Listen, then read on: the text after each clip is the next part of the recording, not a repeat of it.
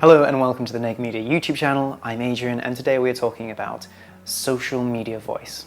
So you might have caught previously on our YouTube and blog talking about brand consistency and the importance of it. We'll put a link in the description below and also to the blog post. So we talk about social media voice in those posts, and what it means is basically the tone and the content that you share across social media channels or your communications. So even if it's emails that you send out, posts on Facebook, posts on Instagram, Twitter, LinkedIn, YouTube, it's maintaining a consistent tone and a consistent kind of criteria for your content. On the accompanying blog post, which we'll link below as well, we talk about the good, the bad, and the ugly of a social media voice. So kind of things that you would want to achieve in order to maintain a good social media voice. So for example, posts of a similar length, discussing it with your team or with your manager the types of content and pictures you should be sharing. The bad, so inconsistencies, really long and then really short posts or random pictures like of your cat or something. And then also the ugly, like people who are posting when they're drunk. Things to really try and avoid. But what we're going to touch on in this video is how to develop a well-defined social media voice for your company or your brand. So number one, identify how your brand translates into each channel. So you identified what your brand is and the tone and the feel of it, the quality that you're looking to get across. Now figure out how each of those social media channels can get that message across, can get that feeling across. So remember that Twitter has a much shorter amount that you can post, and also Instagram's more focusing on the photos. So again, how can you take your brand and kind of siphon it through those social media channels? Decide who has access and when you can post.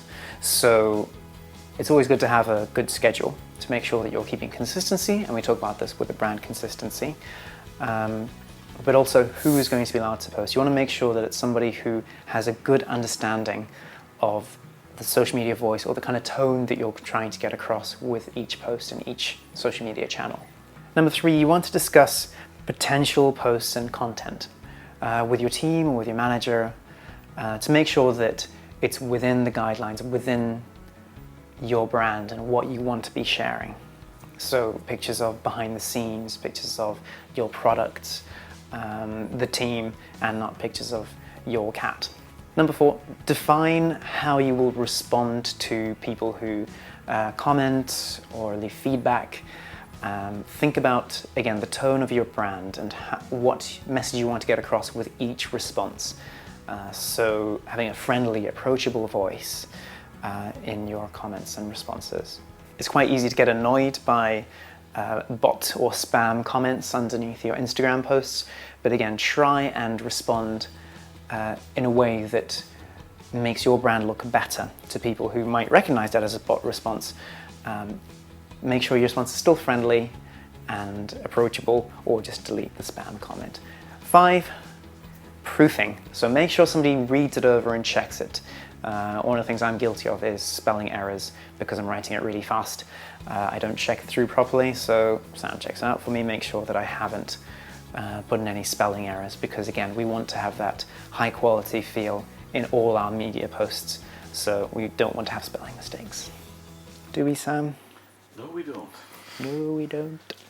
Number 6, and the last point, write out any no-go topics. Put them on a nice big board somewhere so that people who are posting on your social media can see that every time before they post.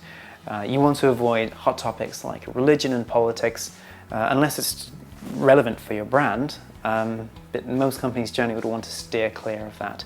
So again, you want to identify how your brand can translate into each social media channel, decide who can post and who within the team is going to be putting out these posts and the content.